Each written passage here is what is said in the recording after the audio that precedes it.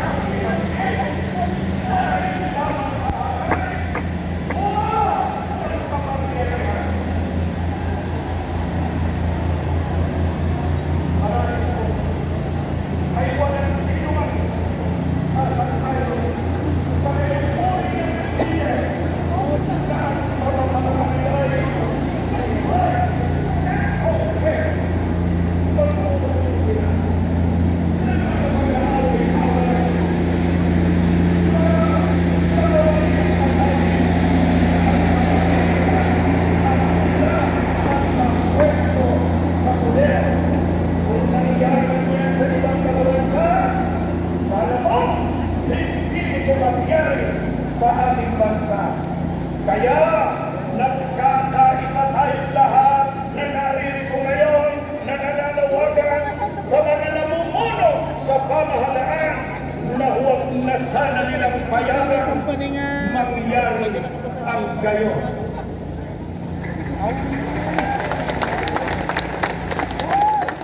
Kasabihan nga United we stand, divided we fall. Ay narito, tinutunan natin ang ayon sa kahayanin ay huwag payagan ang divided we fall. Para dahil natin, kapag nagtatalo-talo ang mga nasa pamahalaan, ang apektado unang-una ay ang taong bayan. Kung mga ang bansa, tayo, mga mamamayan, ang kawawa, pansinin ninyo ang mga mamamayan na awa-awa ng ating mga kasama. Itaas ninyo mga palagay.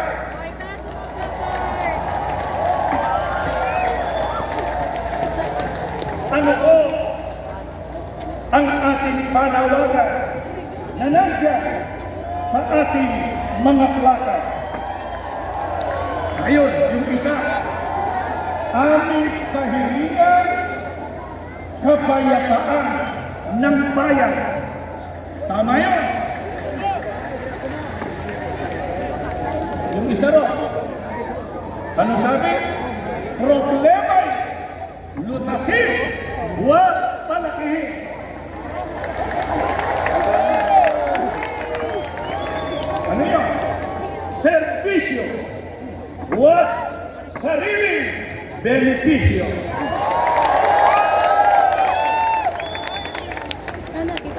Mamamayan ang unahin, huwag sarili.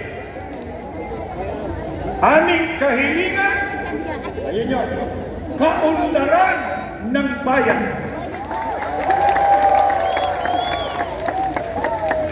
Magkaisa para tumatag ang bansa. Tama yun. Ito pa, pakinggan nyo. Magkaisa, huwag mang-isa.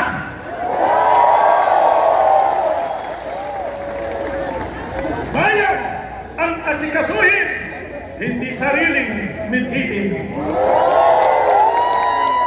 Unahin ang bayan, huwag ang bangayan.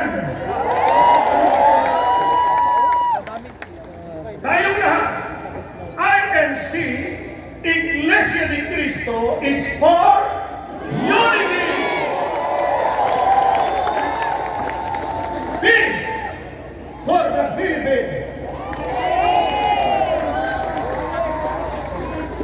Bakit po ganito ang ating panawagan? Kasi ayaw namin ng kaguluhan, saan mang panig ito manggaling. Ang nais po namin ay simple lang, kapayapaan.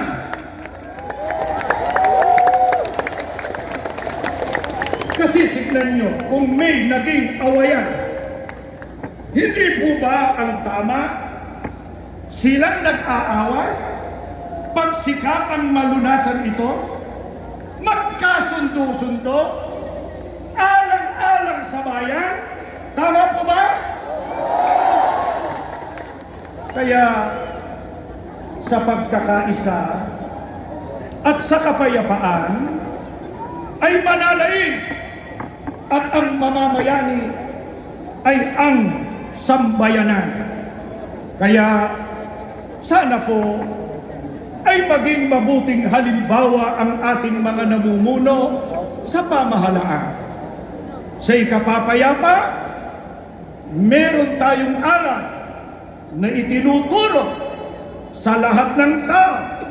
Nakasulat po sa Biblia yan. Sa awit 34:14 ay sinasabi, lumayo kayo sa masama at gawin ninyo ang mabuti. Pagsikapan ninyong kamti ng kapayapaan, ito ang itinuturo ng ating Panginoong Diyos. Ito po ang dapat nating gawin para kamtan natin ang tunay na kapayapaan, ang lumayo sa masama at gawin ang mabuti. Ano ang isa sa mga gawang mabuti na dapat nating gawin para sa ikapapayapa? Ayon pa rin sa Biblia, dapat ipagpauna ng isa't isa ang iba. Iyan ang sinasabi sa Roma 10:12 o 12:10. Ang sabi pa, huwag lamang ang sarili ninyong kapakanan ang inyong isipin, kundi ang kapakanan ng iba. Unang Korinto 10:24. Kaya mga kapatid, mga kababayan, mga kapwa-tao namin na naririnig ang pampalakas tinig na ito para sa kapakanan ng mga mamamayan, dapat isang tabi ang pansariling kapakanan at personal na ambisyon alang-alang sa mahal nating bansa. Dapat magkaisa, iwasan ang pagkakabahabahagi at kaguluhan. Bakit dapat iwasan ng mga lider ng bansa ang pagkakabahabahagi at kaguluhan? Kasi tignan nyo, kapag nagkakabahabahagi tayo, hindi po natin maisusulong ang kapayapaan. At kapag kaguluhan ang siyang namayani, hindi mahaharap ang paglutas sa mga problema ng bansa tulad ng pagtaas ng presyo ng bilihin, seguridad ng mga mamamayan sa mga tumitinding kalamidad, kakulangan ng hanap buhay, kriminalidad, insurgency, at marami pang iba. Ang mga ito'y nakapagpapalala lamang sa krisis ng ekonomiya at nagpapabigat sa mabigat ng kalagayan ng pamumuhay ng karaniwang Pilipino. Ito ang hinihiling natin sa mga namumuno sa pamahalaan na pagkaisahan din nilang pag-ukulan ng matamang atensyon at pag-aasikaso. Sa halip na bangayan, sa kapakanan ng Pilipinas nawa ang pag-ukulan nila ng pansin at panahon. Kaya kahit matapos na ang ating isinasagawa ngayon na sama-sama at mapayapang pagkilos para sa kapayapaan, ang ating mga panalangin sa Diyos ay basbasan niya ang ating bansa ng kapayapaan. Tanglawan-nawan niya ang kaisipan ng mga namiminuno sa ating bansa upang balikati nila ang kanilang sinumpaang tungkulin na siyang dahilan kaya sila inihalal ng taong bayan. Maraming salamat po.